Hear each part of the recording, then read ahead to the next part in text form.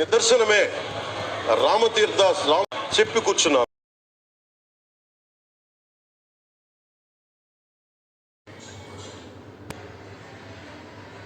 మీ ప్రభుత్వాన్ని కిందకి తీసుకొచ్చి అధాపాతాలను తొక్కిన మేము మాకు శక్తి లేదనుకుంటున్నావా? ఉండవనుకుంటున్నావా? కానీ మేము సమాజాన్ని కలిపి ఉంచాలని వ్యక్తులను తప్ప విడగొట్టాలని వ్యక్తులం కాదు. మేము గుర్తుపెట్టుకోండి. అలాగే ఈ రోజు నుంచి ప్రజలందరికీ కూడా చెప్తున్నా, ఎవరు అన్ని మతాలను మేము గౌరవించేది ఈ నేల ఒక జనసేన పార్టీ అని కాదు, తెలుగుదేశం పార్టీ అని కాదు. మీరు ఏ పార్టీలకు సంబంధించిన వైసీపీలో ఉన్న హిందువులందరూ ఏం చేస్తున్నారు? మీరందరూ పోటీ పడ్డారు కదా తిరుమలకి వెళ్ళడానికి. మీరు మర్చిపోయారా? ఇందులో ఈ పాపం మీకు కూడా వస్తుంది, ఈ పాపం మీకు కూడా తగులుద్ది. మీ మౌనం కూడా మొత్తం జాగ్రత్త, తరాలు నాశనం అయిపోతాయి. మీ మౌనం మంచిది కాదు.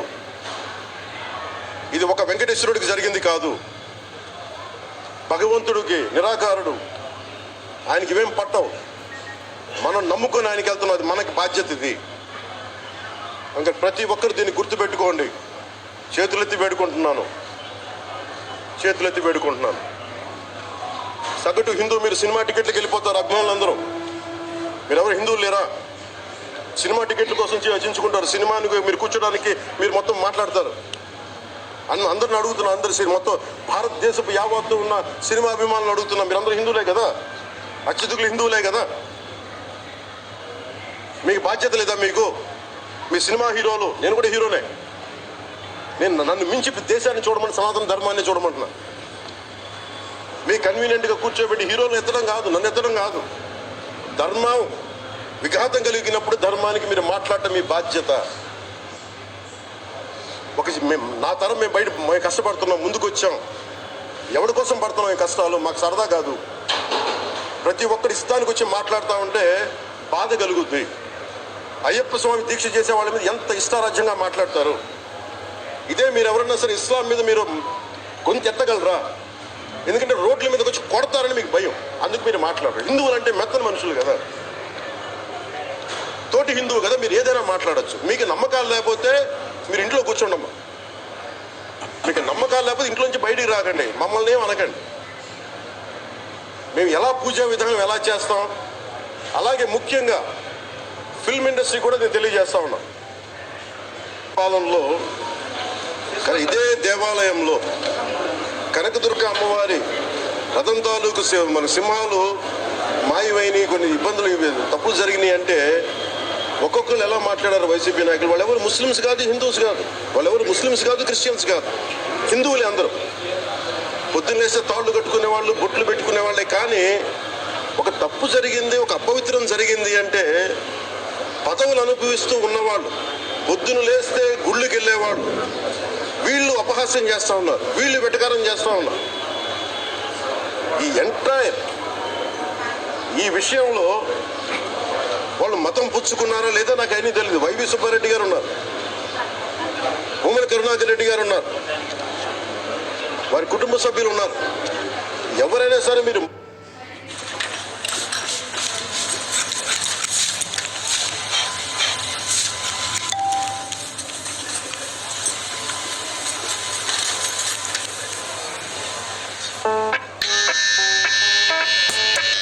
let them keep trying. And you? Paytm karo.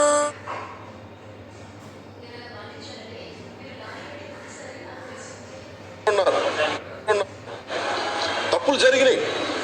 తప్పులు జరిగితే వైఎస్ జగన్ గారు ఏం చెప్పాలి? ఒకవేళ నాకు తెలియకుండా మేము ఆయన బ్లేమ్ చేయట్లా, కానీ మీ ఆధ్వర్యంలో జరిగింది, మీరు కాన్స్టిట్యూట్ చేసిన బోర్డు వల్ల జరిగిన తప్పిదాలు ఇవి. మేము కనుగొన్నాం. ల్యాబ్ టెస్ట్లు ఇవన్నీ మేము ఆటలాడతామా? ఇవన్నీ వీటితోటి సెంటిమెంట్స్ తోటి మా బాధ్యత లేదా? నేను నిజంగా కనుక చాలా బలమైన సనాతన ధర్మాన్ని పాటించేవాడిని. చిన్నప్పటి నుంచి, పొద్దున్న లేచినప్పటి నుంచి రాత్రి పడుకునేదాకా మా ఇంట్లో రామనామం ఉండేది, రామ జపం ఉండేది మా ఇంట్లో. అలాంటి రామభక్తులం మేము. కానీ రామతీర్థం విగ్రహాన్ని, రాముడి విగ్రహాన్ని శిరచ్ఛేదం జరిగినప్పుడు ఒక సగటు సనాతనవాదిగా, సగటు హిందువుగా, సగటు రామభక్తుడిగా చేయగల సత్తా ఉన్నామని గుర్తుపెట్టుకో.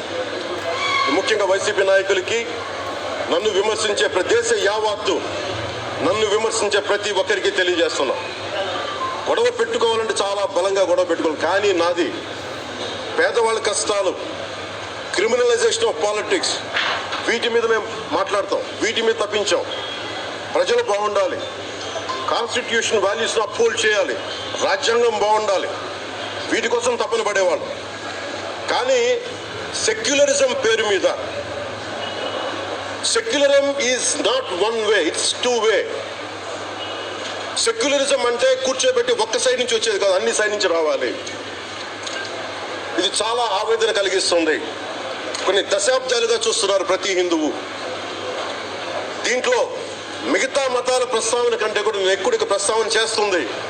హిందూ ధర్మాన్ని పాటించి, వాళ్ళు వ్యక్తిగతంగా పాటించి బయటకు వచ్చేటప్పటికి మీడియా వారి కోసమో లేదంటే ఇంకొంత ఎవరైనా సాటిస్ఫై చేయడం కోసం తెలియదు, కానీ సాటి హిందువులు తోటి హిందువులను తిడుతూ ఉన్నారు. ఇది చాలా ఆక్షేపణీయం.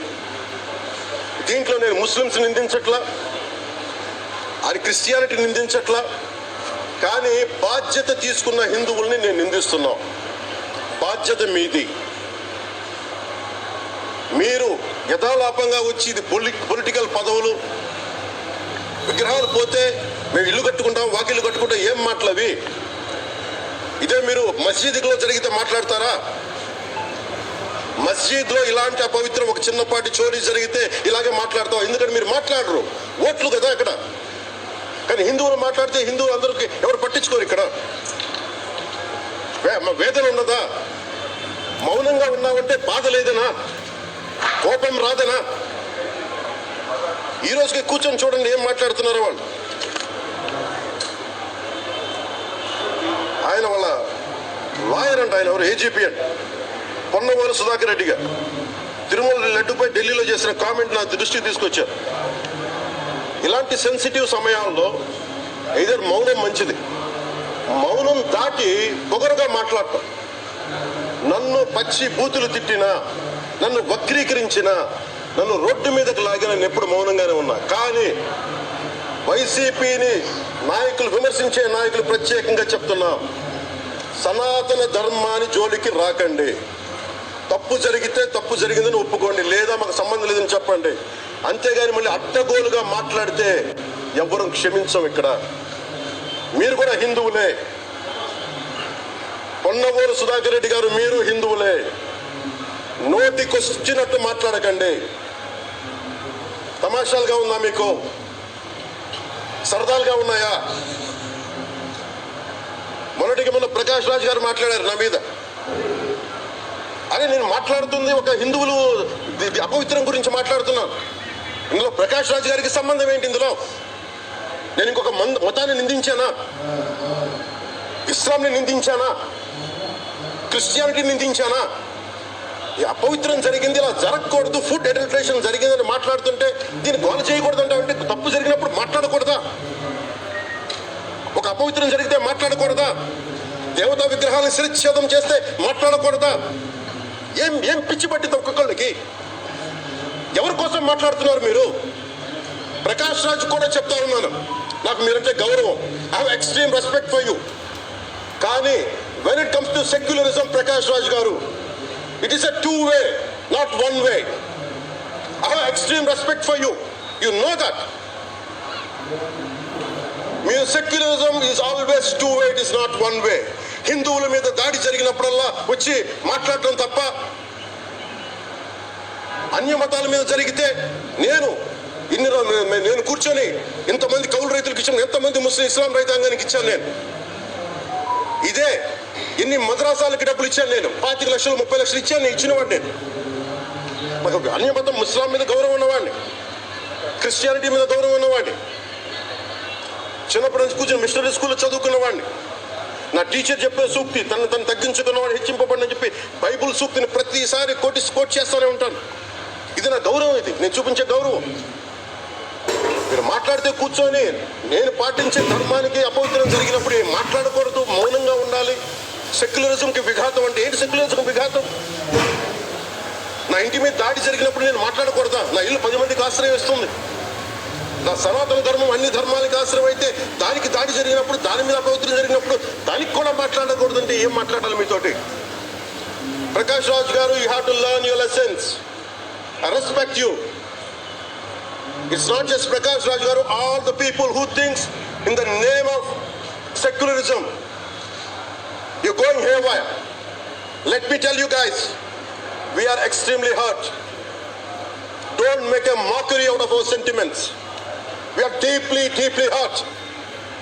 It's not fun for you. Maybe it might be fun for you. It is not fun for us.